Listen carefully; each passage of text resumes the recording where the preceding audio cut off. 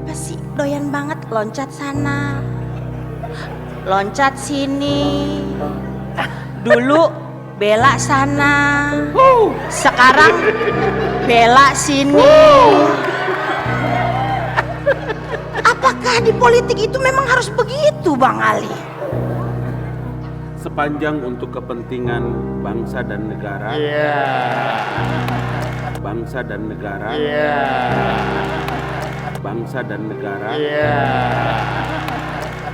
untuk kepentingan kebersamaan, untuk kepentingan toleransi, untuk kepentingan warga negara Indonesia, nyawa kita pertaruhkan untuk Republik ini. Kalimat demi nusa dan bangsa semakin hari semakin menjadi ambigu. Apalagi kata demi nusa dan bangsa digunakan oleh para politisi.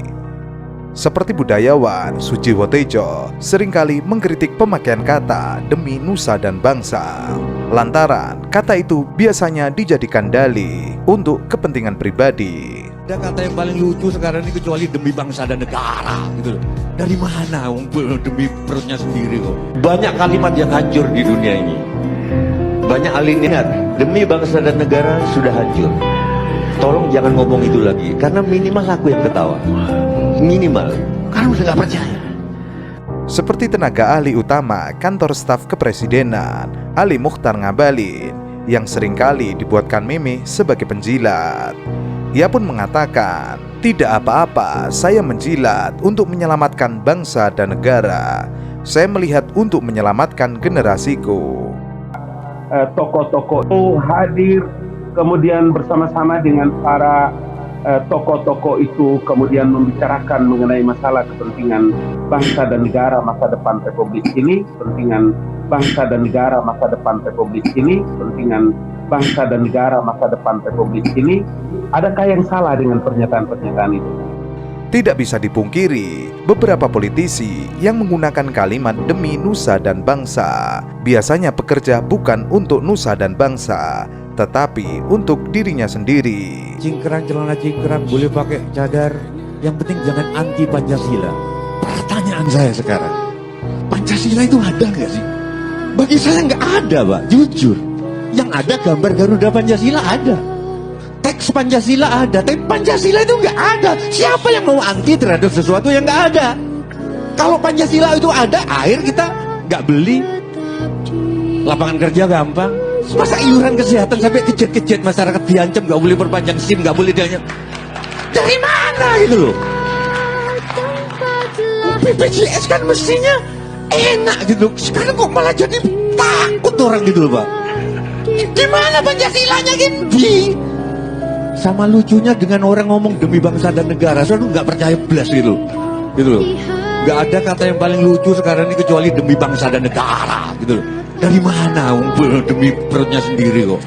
Sejarah para penjilat memang panjang dan pastinya dikenang dengan buruk sepanjang masa. Kebiasaan yang selalu menyebut bahwa dirinya bekerja untuk negara dan juga atas nama presiden. Jika pejabat itu menyampaikan keterangan, meskipun itu keterangan remeh-temeh, tetap saja nama presiden diseret dan nama bangsa Indonesia ditarik-tarik. Itu anak haram jada. Terkutuk, otakmu harus kau perbaiki. Menyebarkan kebencian. Tertipu, hati-hati loh. Anda menipu orang banyak. Tidak ada urusan. Saya bisa tantang Bapak nanti.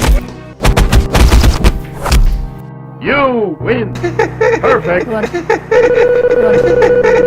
Itu yang narasi dan diksi yang tidak menunjukkan Anda sebagai seorang intelektual. Saya selain sebagai tenaga ahli utama kantor staf kepresiden, apakah saya bukan anggota masyarakat? Bagaimana mungkin Anda tidak memberikan sebuah kepercayaan dan memberikan apresiasi terhadap satu sistem nilai yang sedang dibangun? Jangan Anda menggunakan cara-cara yang bermoral rendah. Biadab semua ini.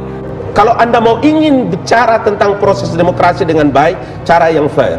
Seperti Ali Muchtar Ngabalin, pernah menjadi aktivis dakwah dan aktivis berbau keislaman lainnya. Tapi saat ia menjadi ahli utama kantor staf kepresidenan, ia sepertinya sekaligus menjadi pembela Presiden Jokowi paling depan. Ngabalin total menyerang siapa saja yang coba-coba mengoreksi langkah Jokowi. Ngabalin tidak peduli jika harus berhadapan dengan tokoh-tokoh Islam aktivis dakwah yang dulu berjuang bersama mengikhtiarkan kebaikan. Orang memberitakan berita benar, mana bisa dikatakan fasik?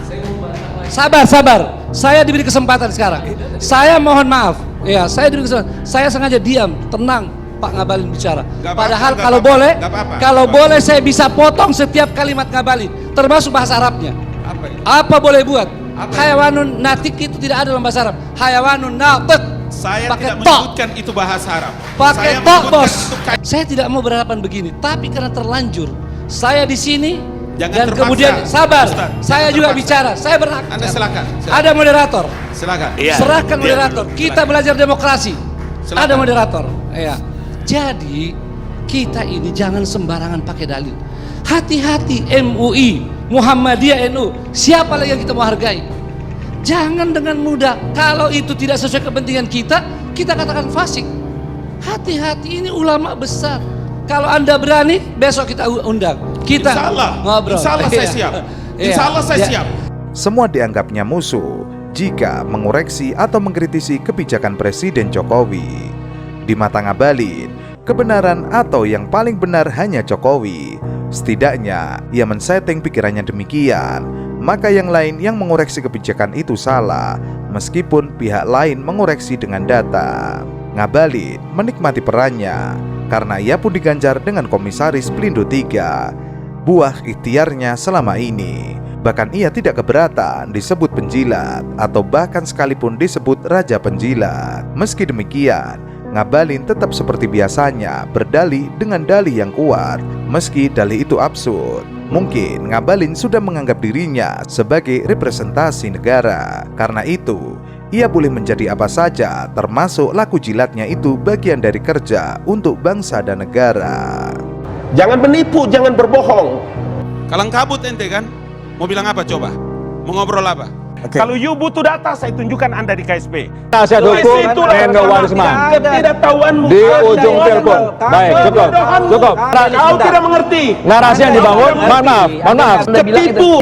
Itu karena ketipu. Yang bilang ketipu siapa? Hati-hati loh, hati-hati. Yang bilang You percaya sama saya. Kita bukan baru kenalan malam ini. Dan you kan tahu sama saya. Karakterku you tahu. Kita bukan orang di Jawa, kita orang seberang. Jadi kalau saya berbicara sesuatu, saya bisa tunjukkan kepada Anda buktinya. Jangan begitu dong. Kita juga sekolahan ini, orang sekolah. Doktor saya, Pak. Dari pro kontra, saya pikir bangsa ini kehilangan dua orang baik. Saya kenal betul Pak Bambang Susantono. Saya tahu karakter beliau, dia sangat profesional dan memegang penuh integritas. Itu yang saya kenal. Saya lama satu tim sama dia. Wakilnya saya nggak kenal, tapi dia seorang profesional. Saya ingin menyatakan pada saat diangkat pun saya sudah bertanya dalam hati saya, mudah-mudahan Mas Bambang bisa bekerja dengan baik di tengah-tengah saya anggap perencanaan IKN itu tidak mengikuti kaidah-kaidah perencanaan yang baik. Menteri Sekretaris Negara Pratikno mengkonfirmasi kebenaran bahwa Bambang Susantono mengundurkan diri dari Kepala Otorita IKN Nusantara. Diketahui, Bambang dilantik Presiden Jokowi sebagai Kepala Otorita IKN pada Maret 2022.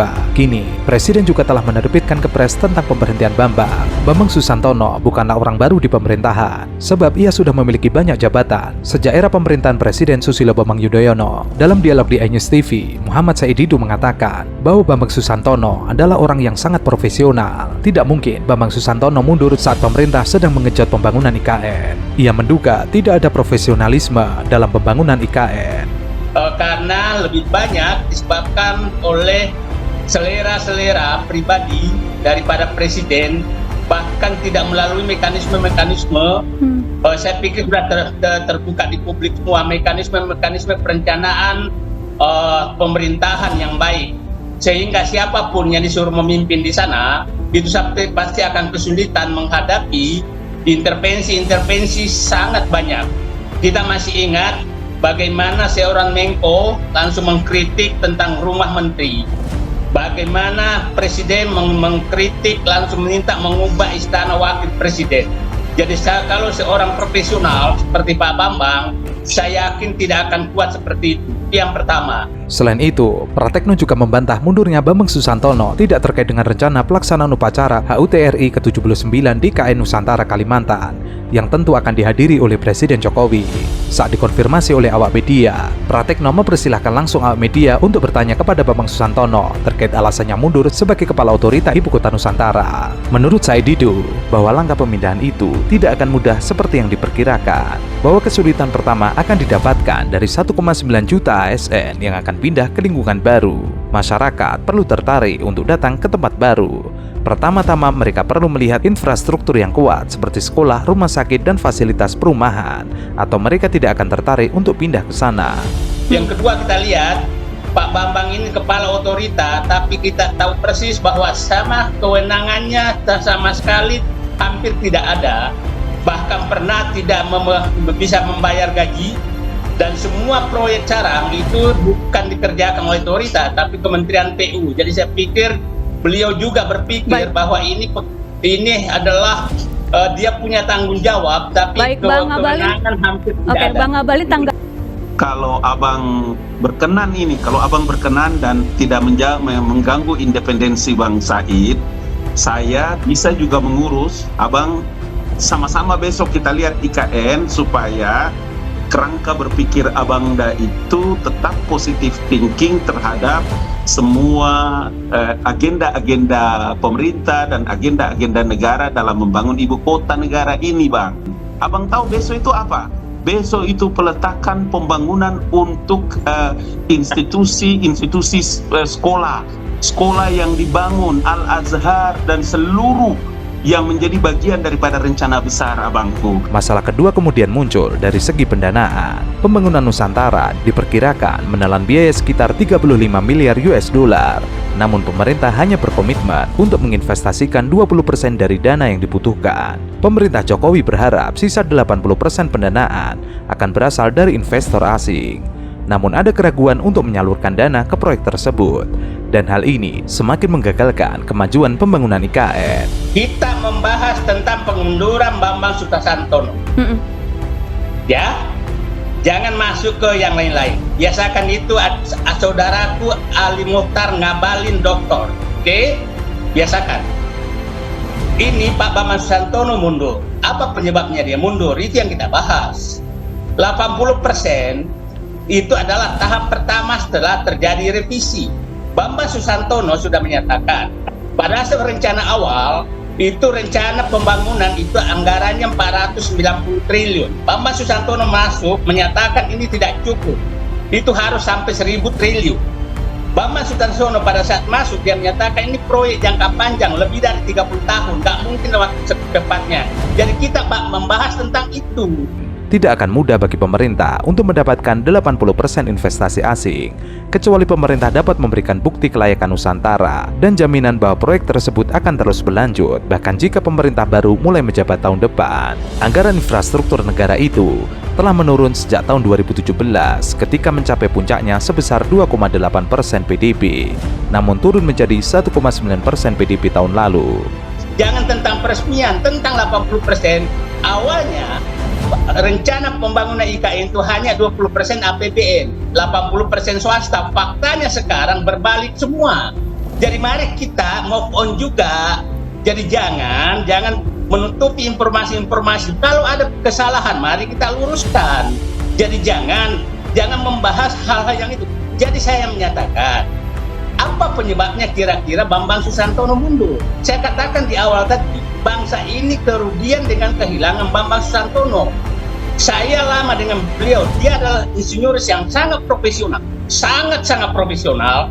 Tidak mungkin dia mundur, dan jiwa pengabdiannya terhadap negara sangat tinggi tentang orang ini.